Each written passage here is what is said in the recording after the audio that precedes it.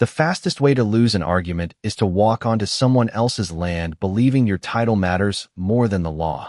The smell of fresh-cut hay drifted through the cool Texas morning before I even climbed down from my tractor, mixing with the scent of diesel fuel and damp earth that had become as familiar to me as my own heartbeat. A light breeze rolled across nearly 70 acres of pasture, bending the tall grass in slow waves while my border collie, Scout, chased shadows along the fence line. The old windmill turned with its usual metallic groan. Cattle grazed quietly beneath a row of oak trees, and the first rays of sunlight painted my family's weathered red barn with a warm golden glow. It was the kind of morning that reminded me why I had never traded this life for anything else.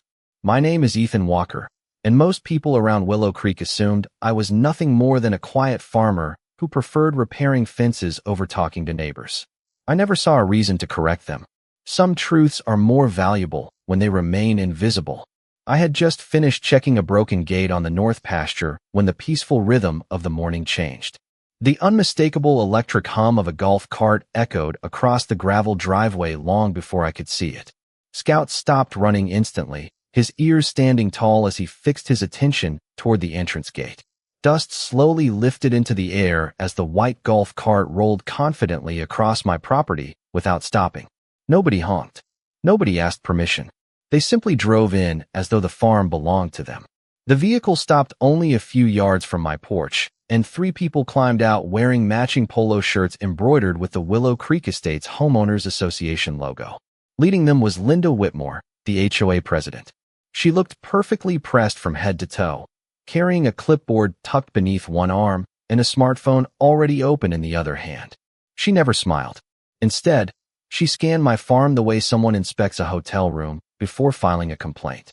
Without introducing herself, she walked straight past the gate, heels crunching against loose gravel, while one of the board members immediately started taking photographs of my equipment shed. The other pointed toward my tractor and began writing notes before speaking a single word. Linda finally stopped several feet in front of me and looked up with complete confidence. "Routine community inspection," she announced, as though the sentence explained everything. "We have received concerns regarding this property, and we will be documenting several potential compliance issues this morning." Her tone carried the certainty of someone who had never been told no. Before I could answer, she gestured toward the barn. "Please unlock every building. We will also need access to your equipment, livestock areas, and any structures visible from neighboring properties." I rested one muddy boot against the tractor tire and quietly looked across my own land. The smell of fresh cedar drifted from the barn doors I had repaired only weeks earlier. Somewhere behind us, a meadowlark sang from the top of an old fence post, while sunlight reflected softly from the security camera mounted beneath the porch roof. Linda followed my eyes, but never noticed it. She assumed my silence meant cooperation. She had no idea every step she had already taken, every photograph being captured, and every word leaving her mouth was quietly becoming part of a story she would never forget. Ethan Walker had spent enough years working this land to recognize the difference between curiosity and entitlement, and Linda Whitmore was carrying far too much confidence to qualify as either a concerned neighbor or a welcome visitor. She stepped away from the gravel driveway without waiting for my answer, pointing her clipboard toward the equipment shed while one of the board members immediately slid the large steel door open. The familiar smell of machine oil, fresh-cut cedar, and grease drifted into the warm morning air as they began photographing everything inside.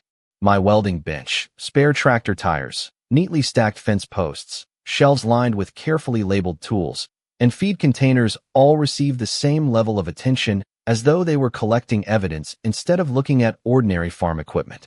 Scout quietly walked beside me, his eyes following every movement without making a sound. Animals have a remarkable ability to sense intentions long before people do. Linda continued reading from her clipboard in a calm, rehearsed voice, mentioning possible violations involving exterior storage, commercial activity, visual appearance, and neighborhood standards. Every sentence sounded official, but every sentence carried the same flaw. None of those regulations applied to my farm.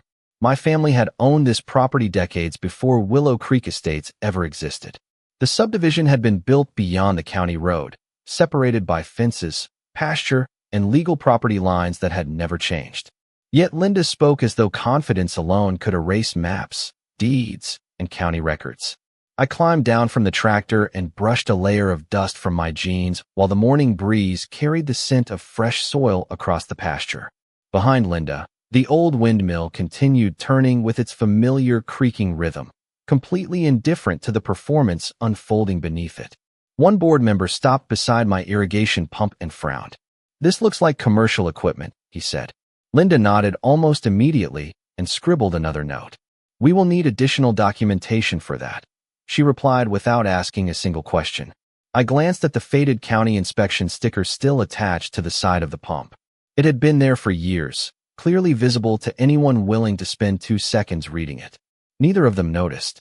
They were too busy proving what they had already decided to believe. Linda walked toward the horse pasture and unlatched another gate without asking permission. My chestnut mare lifted her head, watched the strangers for a moment, then calmly returned to grazing. The second board member hesitated before following her. "Should we be walking through here?" he asked quietly. Linda answered before I had the chance. "We have inspection authority wherever community standards are affected." She said it so naturally that even he seemed relieved to hear it. I simply watched, saying almost nothing. Years of experience had taught me that people reveal far more when nobody interrupts them. Every unnecessary photograph, every confident statement, every unauthorized step across my property quietly built its own record. Above the barn doors, another security camera adjusted slightly as the sunlight shifted across the yard, keeping every movement perfectly centered. Linda never looked up. She believed she was documenting my farm. She never realized my farm had been documenting her from the moment she crossed the gate. The confidence in Linda's voice grew stronger with every minute she remained on my property. She walked toward my equipment trailer and tapped the side of it with her pen before writing another note across her clipboard. "This should not be visible from neighboring homes," she said. I looked beyond the pasture toward Willow Creek Estates, nearly half a mile away across the county road. Between my trailer and the closest house stood rows of mature oak trees, wooden fencing, and a shallow creek. There was no clear line of sight from the subdivision unless someone climbed onto a rooftop with binoculars. Facts, however, did not seem to interest Linda nearly as much as appearances. She was not inspecting the property anymore. She was performing authority for the 2 board members following behind her. One of them quietly asked whether my farm officially belonged to the homeowners association. Linda answered before I could. "Everything surrounding Willow Creek Estates affects property values. That gives us responsibility." Responsibility. It was an interesting word. Real responsibility begins with understanding where your authority ends. Linda seemed to believe there was no difference.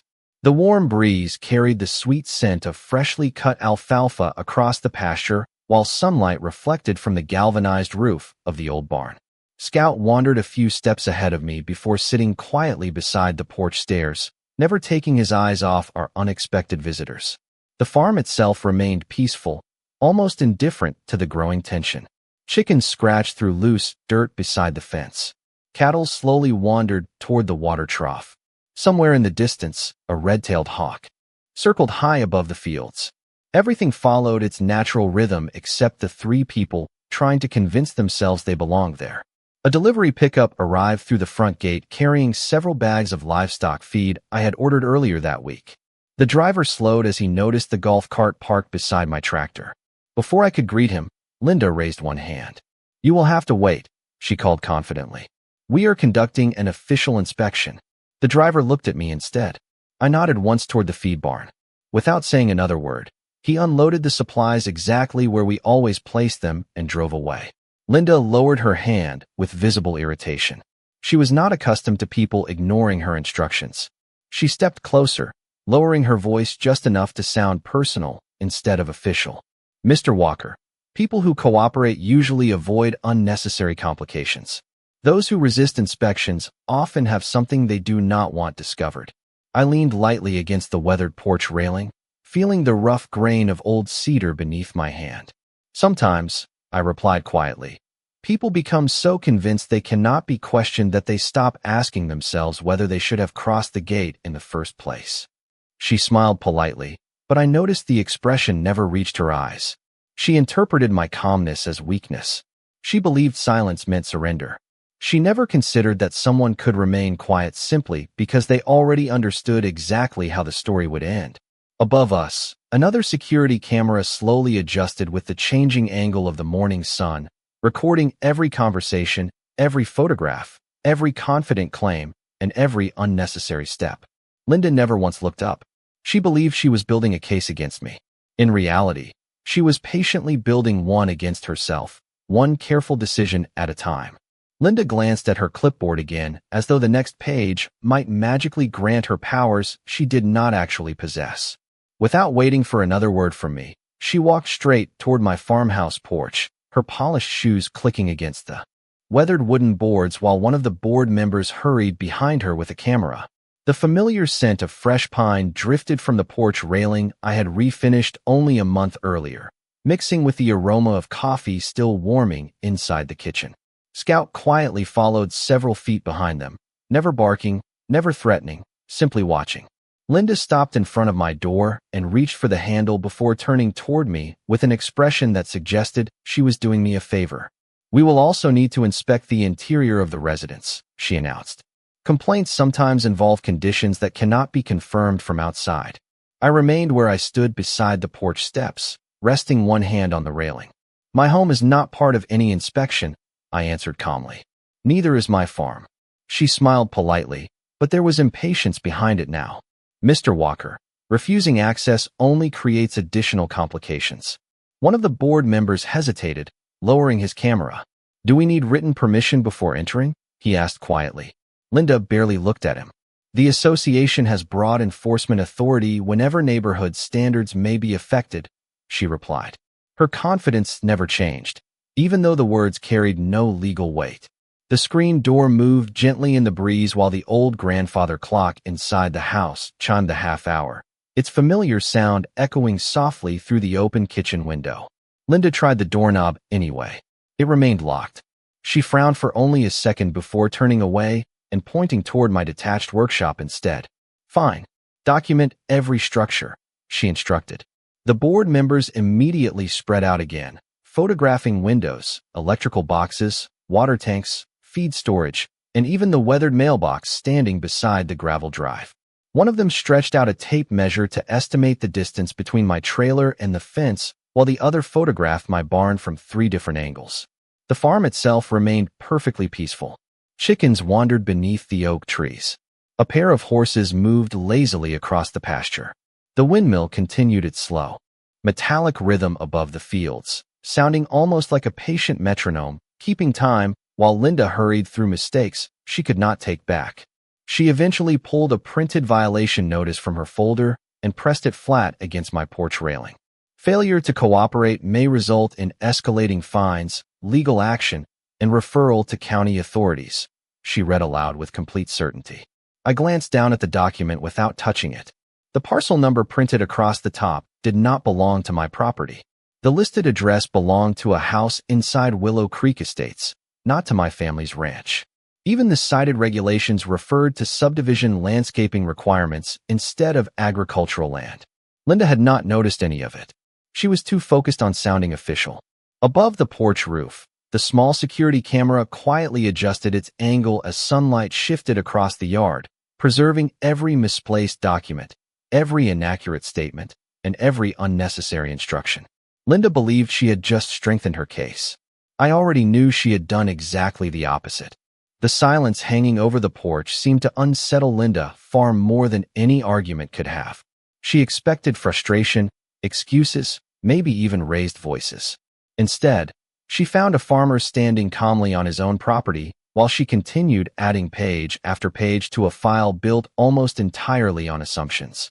The afternoon sun climbed higher above the pasture, warming the metal roof of the old barn until the familiar scent of heated steel blended with fresh hay and cedar.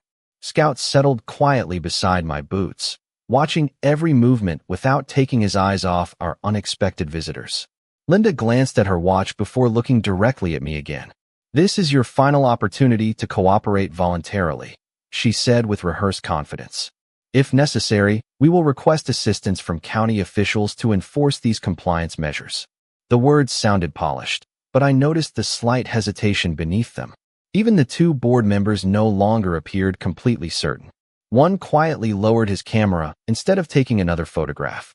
The other folded his tape measure and slipped it back into his pocket, looking from Linda to me as though he had begun questioning the situation himself. They had arrived expecting an ordinary inspection inside a neighborhood. Instead, they were standing on a working farm outside the boundaries of the homeowners association, holding photographs of tractors, feed bins, irrigation equipment, and fences that had nothing to do with their authority. I leaned lightly against the weathered porch railing while the old windmill continued its slow metallic rhythm across the pasture. My grandfather used to tell me that the loudest person in any disagreement was often trying to convince themselves more than anyone else. Looking at Linda, I remembered those words with remarkable clarity. She kept reading sections from her clipboard, occasionally repeating regulations that sounded impressive but applied only to homes inside Willow Creek Estates. Every sentence drifted into the warm Texas air before disappearing beneath the steady sounds of cattle grazing and birds calling from the oak trees. Above us, the security cameras continued their quiet work without interruption, recording every statement exactly as it was spoken. Linda suddenly stepped away from the porch and pulled out her cellular telephone. She deliberately spoke loud enough for everyone to hear. "Yes, this is Linda Whitmore with Willow Creek Estates," she said. "We have an uncooperative property owner refusing a lawful inspection. We will need county assistance immediately." She listened for a few seconds before smiling with obvious satisfaction. "Thank you. We will remain on site." She ended the call and slipped the telephone back into her pocket before looking at me with renewed confidence. "Someone with actual government authority will be here shortly," she said. "They can explain your responsibilities if you still do not understand them." I nodded once without changing my expression. "That sounds like a good idea," I replied quietly. My answer caught her completely by surprise. She had expected resistance, not agreement. For the first time all morning, uncertainty crossed her face before she quickly buried it beneath another practiced smile. She believed help was on the way for her. She never considered that another official set of eyes might examine far more than my property. Sometimes the most effective way to uncover the truth is to let people keep talking until they believe the story they have created themselves. The county sport utility vehicle rolled slowly through my front gate less than 20 minutes later, its tires pressing fresh tracks into the gravel while a thin cloud of dust settled behind it. The engine shut off, and a county code officer stepped out carrying a tablet instead of a clipboard. His name tag read Daniel Brooks. He adjusted the brim of his cap, looked across the farm, and took in the weathered barn, the grazing cattle, the windmill turning steadily above the pasture, and the three visitors standing on my porch. Linda immediately walked toward him with renewed confidence, holding out her stack of paperwork before he had the chance to introduce himself. "Perfect timing," she said with a practiced smile. "We have a property owner refusing to cooperate with an official inspection. We have documented multiple violations already." Daniel accepted the papers politely without saying a word. He slowly reviewed each page while standing beneath the shade of the large oak tree beside my porch. The only sounds came from leaves rustling overhead and the distant call of a meadowlark somewhere beyond the fence line. After reading several pages, he looked toward me. "Good afternoon, Mr. Walker," he said. We had met years earlier during a county agricultural permit review. His expression remained professional, but I noticed the brief flicker of recognition in his eyes. "Good afternoon," I answered. Linda stepped forward before either of us could continue. "As you can see, he has refused repeated requests to comply with neighborhood standards." Daniel glanced back at the paperwork. "Can you show me which subdivision this parcel legally belongs to?" Linda confidently pointed toward the homes across the county road. "It directly affects Willow Creek Estates." Daniel asked the question again, this time more precisely. I asked which subdivision this parcel legally belongs to. One of the board members quietly shifted his weight. The other lowered his eyes toward the gravel. Linda hesitated for the first time all morning. "Well, it borders the subdivision." Daniel nodded slowly before turning the tablet so everyone could see the county property map. "According to county records, this is independent agricultural land. It has never been annexed into the homeowners association." The breeze carried the smell of fresh earth across the yard, while Scout calmly rested beside my boots. Linda quickly attempted to recover. We were simply protecting property values. Daniel answered evenly. Protecting property values does not create legal inspection authority outside association boundaries. A long silence settled across the porch. I reached into the inside pocket of my work jacket and removed a slim leather credential wallet. Without taking a single step forward, I opened it so the badge and identification could be seen clearly. Sunlight reflected briefly across the gold shield before I looked toward Daniel. Since government authority has become part of today's conversation, I said calmly, it is appropriate that I identify myself. Daniel's posture became noticeably more formal as he examined the credential. He gave a respectful nod and handed it back without unnecessary ceremony. Linda stared at the badge as though she could not make sense of what she was seeing. The two board members looked from me to her without speaking. My name is Ethan Walker, I said quietly. I am a special agent with the Federal Bureau of Investigation. Nobody argued. Nobody raised a voice. The only thing that changed was the complete absence of certainty on Linda's face. And in that silent moment, the balance of the entire morning shifted without anyone needing to say another word. For several long seconds, nobody spoke. The only sounds came from the slow creak of the windmill above the pasture, the rustle of oak leaves in the afternoon breeze, and the quiet shuffling of cattle moving toward the water trough. Linda kept staring at the credential wallet as though she expected it to disappear if she looked away long enough. The confidence that had carried her across my property all morning quietly drained from her face. One of the board members slowly lowered his clipboard until it rested against his leg. The other slipped his cellular telephone into his pocket without taking another photograph. Daniel Brooks remained composed, giving everyone enough time to process what had just happened before he finally spoke. Mr. Walker, he said, would you like today's events documented as part of my official county report? I nodded once. Please document everything exactly as it occurred, including the timeline. Linda immediately found her voice again, although it sounded noticeably less certain than before. This has all been a misunderstanding, she said quickly. We were only trying to protect the community. I looked at the stack of handwritten inspection notes still resting in her hands. Protecting a community does not authorize entering private agricultural property, issuing violation notices against the wrong parcel, or presenting authority that does not legally exist, I answered calmly. Daniel requested the inspection paperwork, and after a brief hesitation, Linda handed it to him. He compared the parcel number printed across the notices with the county property records displayed on his tablet. They did not match. He compared the listed address with the official map. That did not match either. The warm afternoon air carried the familiar scent of fresh-cut hay, while sunlight reflected softly across the roof of the old barn. Everything about the farm remained steady and peaceful, making the growing discomfort on the porch even more noticeable. Daniel explained that documents issued against property outside the association's jurisdiction could create significant legal concerns if they were represented as official enforcement actions. Neither board member interrupted him. Instead, one quietly admitted that he had relied entirely on Linda's directions and had never personally verified the property boundaries.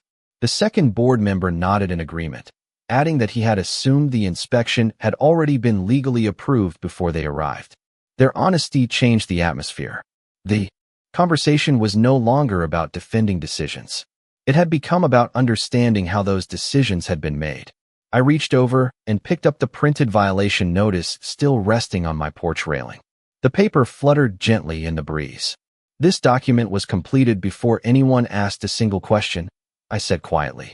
The conclusion existed before the inspection even began. Linda lowered her eyes without answering. Daniel then asked whether the property security system had recorded the inspection. I pointed toward the cameras mounted beneath the porch roof, above the barn doors, and beside the equipment shed. Every minute since the golf cart entered through the front gate has been preserved. All three visitors looked toward the small cameras almost at the same time. They had been visible throughout the entire morning, quietly recording every conversation, every photograph, every instruction, and every unnecessary step. No raised voices had been needed. No arguments had changed the facts. The truth had simply been waiting with patient accuracy from the moment the first tire touched my gravel driveway. Daniel finished entering his notes before carefully returning the inspection paperwork to Linda without adding a single signature to any of it. His voice remained calm, measured, and entirely professional, but every sentence carried the quiet authority of someone explaining facts instead of opinions. He informed everyone present that his office would prepare an official county report documenting the events exactly as they had occurred, and that any notices issued against my property would need to be reviewed because the land clearly fell outside the legal jurisdiction of the homeowners association. Neither board member challenged his conclusion. In fact, after several uncomfortable moments, one of them admitted that this was not the first time he had questioned whether certain inspections had extended beyond the association's actual authority. The second board member quietly agreed, explaining that he had simply trusted Linda's understanding of the property boundaries without checking the county records himself. Their honesty changed the atmosphere completely. The conversation was no longer about defending power. It had become about accepting responsibility. Linda attempted one final explanation, insisting that everything had been done with good intentions and that she had only wanted to preserve neighborhood standards. Daniel listened respectfully before answering in the same steady tone. Good intentions are important, he said, but they do not replace legal authority or accurate property records. Nobody argued with him. The warm afternoon breeze carried the scent of fresh-cut grass across the yard while the windmill continued its slow rotation above the pasture. My horses wandered toward the shade beneath the oak trees, completely unaware that the tension surrounding the farmhouse had quietly dissolved into quiet reflection. Daniel then asked whether I would be willing to provide copies of the security recordings so the county report could accurately document the sequence of events. I nodded without hesitation. The cameras had captured everything from the moment the golf cart entered through my front gate until the final conversation on the porch. No voices had been edited. No details depended on memory. Every unnecessary instruction, every photograph, every incorrect statement, and every unauthorized step had already been preserved exactly as they happened. Linda slowly removed the printed violation notice from my porch railing, folded it once, and placed it back inside her folder. Earlier that morning, she had held the document with complete confidence. Now she handled it carefully, almost reluctantly. Before leaving, Daniel recommended that the association review its inspection procedures, verify property boundaries before future enforcement actions, and ensure that every board member clearly understood where the association's legal authority began and ended. Both board members quietly agreed. One even turned toward me and offered a sincere apology for entering my equipment shed without asking permission. I thanked him for saying it. Honest mistakes can usually be corrected once people are willing to acknowledge them.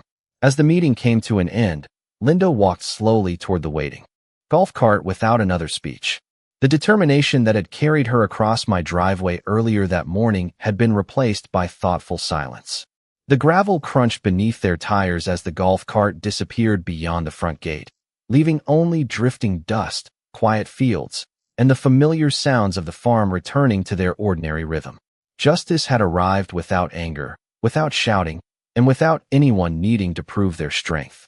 It arrived through patience, careful records, and the simple truth that the law is strongest when it is allowed to speak for itself. 3 weeks later, the farm looked exactly the way it always had, and somehow that ordinary sight felt more meaningful than any dramatic victory ever could. The first light of sunrise spilled across the pasture, turning the dew into thousands of tiny reflections, while the familiar smell of fresh coffee drifted through the open kitchen window. Scout waited patiently beside the porch steps as I walked toward the north fence, carrying a toolbox that had belonged to my grandfather. The old windmill still turned with its steady metallic rhythm above the fields. Cattle grazed quietly beneath the oak trees, and the weathered red barn stood exactly where generations of my family had left it. Nothing about the land had changed, and that was precisely the point. The county later confirmed that every notice issued against my property had been formally withdrawn after the records were reviewed. Willow Creek Estates distributed updated guidance to its board members reminding them to verify property boundaries before attempting any future enforcement activity. I heard from several neighbors over the following weeks, not because they wanted another argument, but because they wanted to understand what had actually happened.